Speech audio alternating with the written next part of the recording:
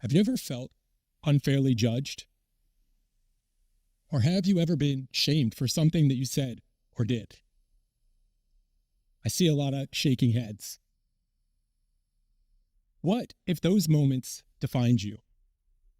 We live in a world where a single mistake has the ability to unwind years of hard work, trust, and even your reputation. Welcome to the world of cancel culture.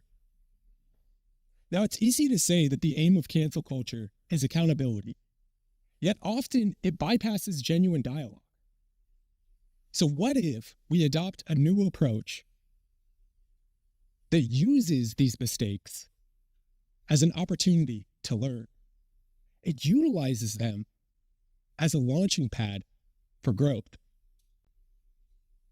Now let's bring this idea to life. I want you to picture Sarah. She's a young budding artist trying to find her footing in the landscape of the digital realm. Sarah explores her passion for art using different techniques, styles, and trying to incorporate new patterns and textures into her artwork. One day, she comes across a design that captivates her. The design is part of a Native American headdress. Inspired, she rushes home, ready to create a new painting that's going to incorporate this intricate design. Now, the moment she finishes, she excitedly shares it with her social media following. The painting is of a young white woman wearing a Native American headdress, adorned with the same intricate design that inspired her. Now, in Sarah's excitement to create and share her artwork, she overlooks the spiritual and cultural significance that the headdress holds. By using the headdress as a mere aesthetic element, she unintentionally trivializes something that is deeply sacred. Now, of course, she doesn't know this until she's labeled public enemy number one. Her social media is flooded with negative comments and accusations. One person accuses Sarah of knowing what she was doing all along. Another infers that she's feigning innocence. A third chimes in, stating that ignorance is not an excuse. Now, all of this negativity leads Sarah to start questioning her own intentions when she created the painting. Let's pause here for a moment, though. What if we had the ability to change this narrative? Now, I'm not talking about changing Sarah's actions, but instead stepping into the shoes of her social media followers. What if we had the ability to change the way that we would respond given the situation?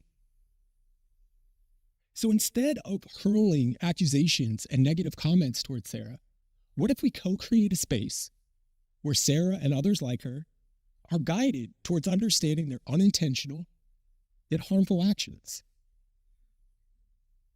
We're not removing the accountability. We're simply eliminating the shame, thus transforming the outcome into an opportunity for growth. So what does this take? It takes casting aside the role as an agent of cancel culture and embracing a new role as an empathetic architect. Somebody who embraces and builds bridges of understanding. Someone who leaves behind cancel culture's sledgehammers and their sticks of dynamite for constructive tools. Tools as simple as extending a hand rather than pointing a finger. A tool like lifting someone up rather than pushing them down.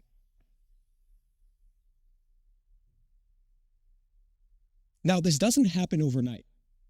It takes time, intentional effort, and a commitment. A commitment akin to training for an emotional and moral marathon. One where every single step brings us closer to collective growth and progress. So instead of drawing lines that divide us, why don't we open doors? Doors that lead to new perspectives and new experiences. For when we do this, we exchange the sword of cancellation and the shield of gaslighting for the olive branch of empathy, thus nurturing a world that embraces the nuances of the human experience. A world that honors the messy yet beautiful process of growth. When we do this, we opt for conversation over castigation. Seize that moment as an opportunity, not to criticize, but to connect. Now, this world that we co-create is rooted in empathy. And empathy becomes the norm, not an anomaly. The best part about this is that we get to co-create it. But it takes having conversations, and it all starts with one conversation at a time. Thank you.